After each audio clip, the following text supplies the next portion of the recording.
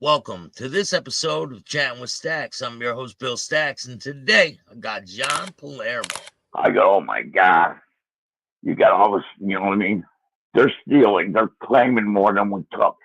So, a But you lot of can't, them, you said they were inside jobs, so they knew they were going to get robbed, or no, or were some of them friends of the people around you guys? the inside jobs, we had one. It was a manager from a jewelry store. It wasn't necessarily from a house. These were jewelry stores who got the inside job. One we had is this one kid who was a manager, and he came to the Mafia, and Steve would get the job for the Mafia, and now would join him. But see, Steve had a partner too. Now, he had, divide our time and didn't want me to know him because he was afraid that maybe he would rat him out. His name was Buddy. Now, we had an inside job. It was a jewelry store. We got one that the owner had was seemed like $150,000 worth of loose diamonds. So he came to the Mafia, like a lot of people did back then, because he wanted a take. He wanted part of his cut. So he set it up. Steve was so anal about this. I mean, there's no identifiers.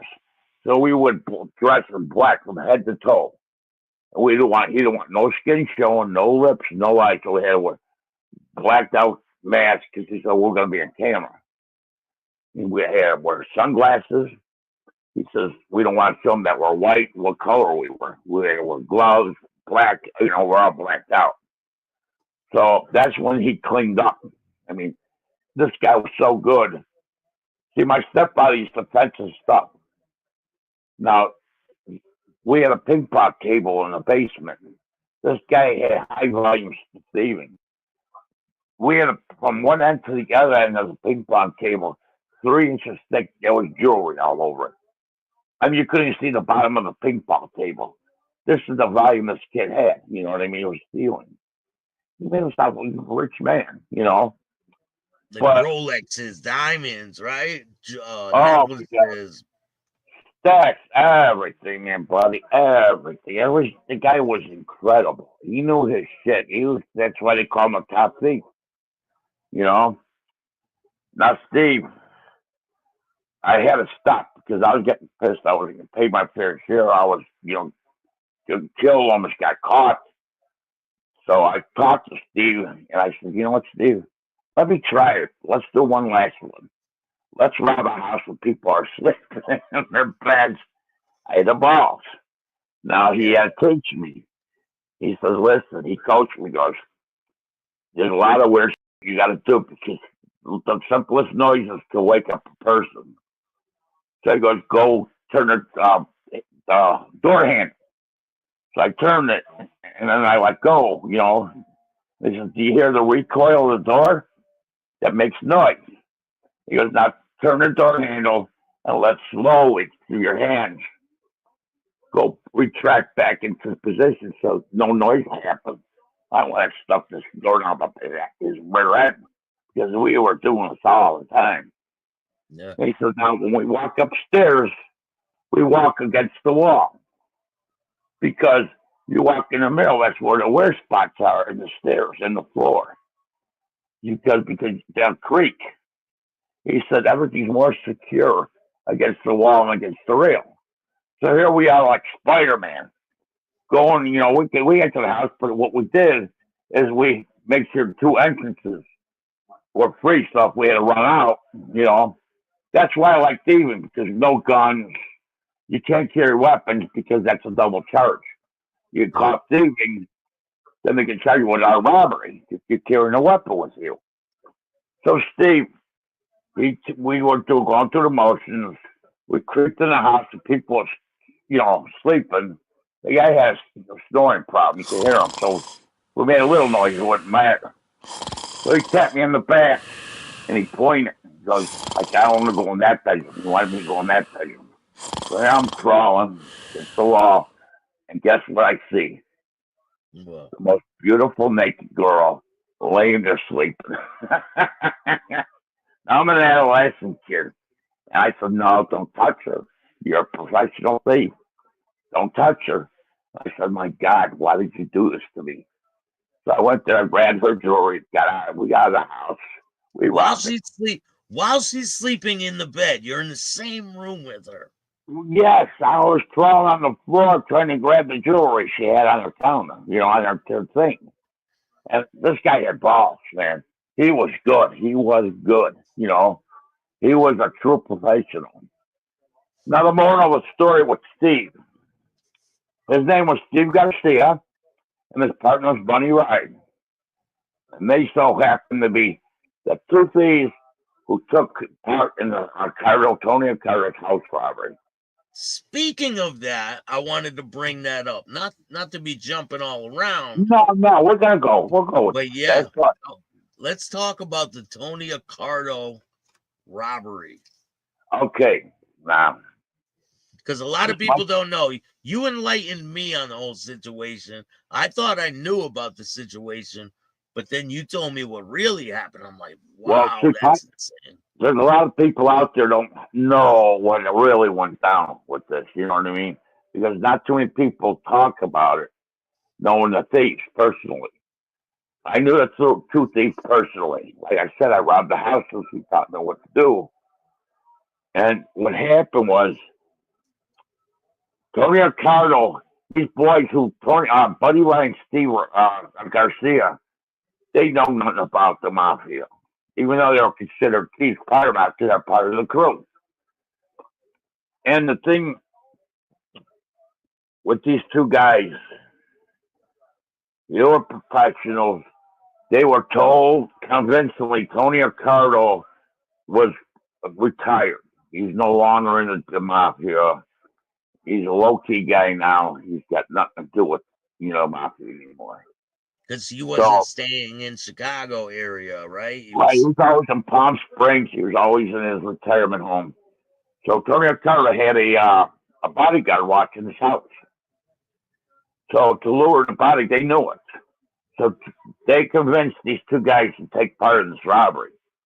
So to lure the bodyguard away from the house, they brought a prostitute with them. The prostitute lured the bodyguard out of the house, and they robbed it. So, of course, the story is Tony Accardo got wind of it. He was pissed. And so my buddy Steve was killed, and my family was called. My stepfather's a good guy, but the way they told me, because I love Steve. Steve to me was like a big brother. You know what I mean? Yeah. And the way I was told was so cold. I said, because my stepfather knew what was going to go down. He warned me, he said, don't hang around Steve. Stay away from Steve. Because, he don't want me, something happened to Steve with me there that I might have put in trouble, Yeah. So they told me Steve was found in the trunk of his car, slashed 18 times in his chest with his throat cut. And Buddy ended up having the same ending for taking part in Tony Accardo's house robbery. Since they knew these two thieves belonged to my stepfather, Accardo had my stepfather's hands broken by a hammer. He got off easy, let's face it. Now, Tony Accardo, these guys robbed the house, and under the direction, and I know that he okayed it, was Tony Spilotro. Because my father was part of that crew. And my father did not go rogue. And people who know him out there, he wasn't a wild cowboy. He would never go, past what his bosses would say. So obviously he followed it. And he sent his thieves there because Tony Spilotro okayed it. Tony Spilotro, well, we'll get to that in a minute. Was there only two thieves that were killed because of this situation? No, there was 5, the history says. 5 of them got killed. Some a little more violent. But as soon as I heard Steve got killed, I was a little boy. I looked up in the sky, Stacks, and I swear to God, it started raining. I said, Steve, I'm so sorry, buddy. What happened to you? and there was rain coming down, and the rain was warm, like a hose. You know how you start a hose, and you feel the heat from the hose. That's the rain was hot, so I thought he was giving me a message. Then the rain started getting cold, and my mother's yelling for me to get in. It's like my life, warm and everything is cold. You know what I mean? It was not a bad upbringing, I can't tell you that. But it was like harsh reality in my life. Living in with the mafia. You know what I mean? The family. So let's get back to the story. Now, after Steve, that goes my career. And Steve, because who else was going to teach me? My stepfather wanted me to get involved. One of my teachers is gone. Now in comes Spilotro. Spilotro were part of the family crew. Everything in the inner circle, we're tight and whatnot. And I fell in love with Michael. He was my biggest influence. To me, he was like a father figure. So we're going to go back a little bit in my childhood because during the relationship with Spilotro, I ran away from home. When I got back, my stepfather was pissed, extremely pissed. He started coming at me with that gangster, you know what I mean? That kind of thing. It was a family issue. So Tony Arcano got wind of this, and he told Spilotro and he told my stepfather, he goes, if you dare touch Johnny, there's going to be effing hell to pay. So, oh my God, the guy came to rescue, you know what I mean? The biggest guy. So he cooled down. So when he cooled down, my parents thought it would be better if I go live, out of the house for a while to cool things down. So I moved out to Las Vegas. Now, I did something stupid over there. I took 3 sticks of dynamite. I walked into the biggest hotel and casino, Hilton Hotel and Casino, and I tried to rob the place.